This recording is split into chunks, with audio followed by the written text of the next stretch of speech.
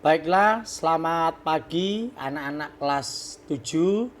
Hari ini kita masuki mata pelajaran pendidikan agama Kristen di bab 2 bagian yang kedua. Adapun materi yang akan kita pelajari yaitu dengan tema yang sama, karya pengampunan Allah dalam Yesus Kristus.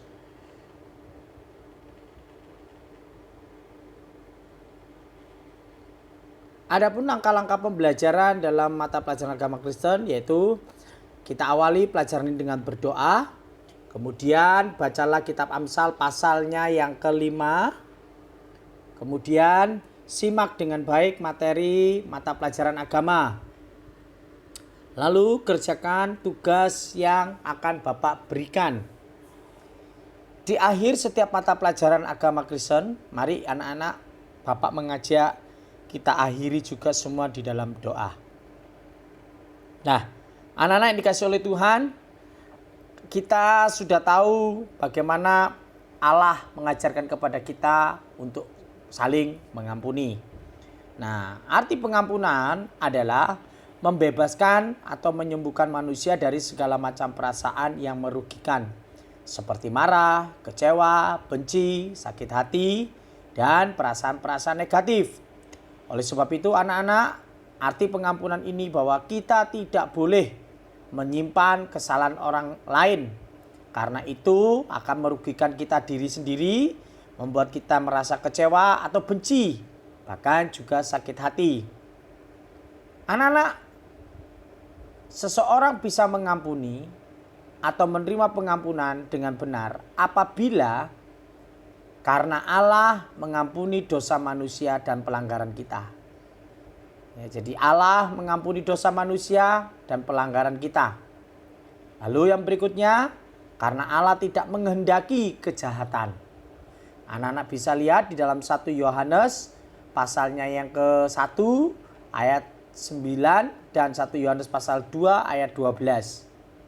Kemudian karena jika tidak mengampuni sesama, ia berada dalam kegelapan dunia. Jadi Allah mau, kita mau tetap saling mengampuni. Karena kalau tidak, maka kita akan hidup dalam kegelapan dunia. Bisa anak-anak baca di dalam 1 Yohanes pasal 2 ayatnya yang ke-11. Kemudian pengertian dendam adalah keinginan keras untuk membalas kejahatan seseorang. Jadi mari jangan sampai kita menyimpan dendam. Apapun kemarahan yang orang sudah lakukan buat kita, jangan pernah kita menyimpan dendam atau benci. Dendam adalah rasa marah yang tidak terlampiaskan atau tersalurkan, sehingga di dalam hati menjelma menjadi sifat buruk. Bapak harap anak-anak tidak menyimpan kesalahan-kesalahan teman-temanmu, orang tuamu. Ciri-ciri adalah orang pendendam. Yang pertama yaitu berusaha menghindar bila bertemu dengan orang yang didendami. Yang kedua, selalu mengadu domba. Yang ketiga, selalu membuat hal yang kurang baik. Yang keempat, tidak suka bila orang lain mendapat kebahagiaan. Yang kelima, selalu mendoakan pada kejelekan. Yang keenam, terdapat rasa benci di dalam hati terhadap orang yang didendami. Yang ketujuh, merasa senang jika orang didendami mendapatkan kesengsaraan, musibah atau cobaan. Yang kedelapan, ingin membuat jahat atau membalas kejahatan terhadap orang yang didendami. Anak-anak, bagaimana saat ini Allah mau mengampuni kita atau manusia? Karena Allah mengasihi manusia. Karena Allah Maha Pengampun. Karena Allah adalah penyelamat.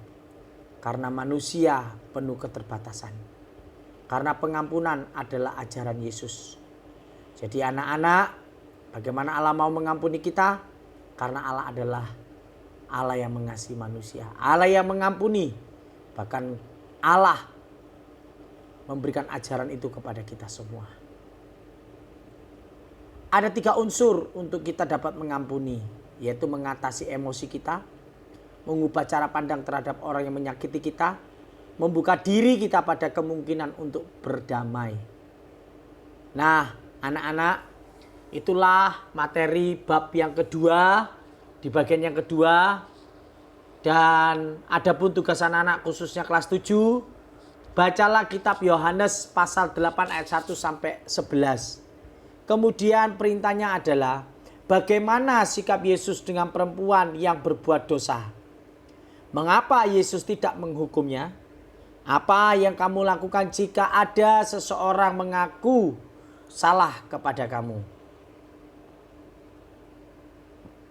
Demikianlah anak-anak kelas 7, kita sudah mengakhiri mata pelajaran pendidikan agama Kristen di bab yang kedua ini.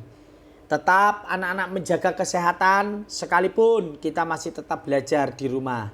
Tuhan Yesus kiranya memberkati anak-anak semuanya, memberkati orang tuamu. Ingat, senyummu adalah sukacitaku. Amin.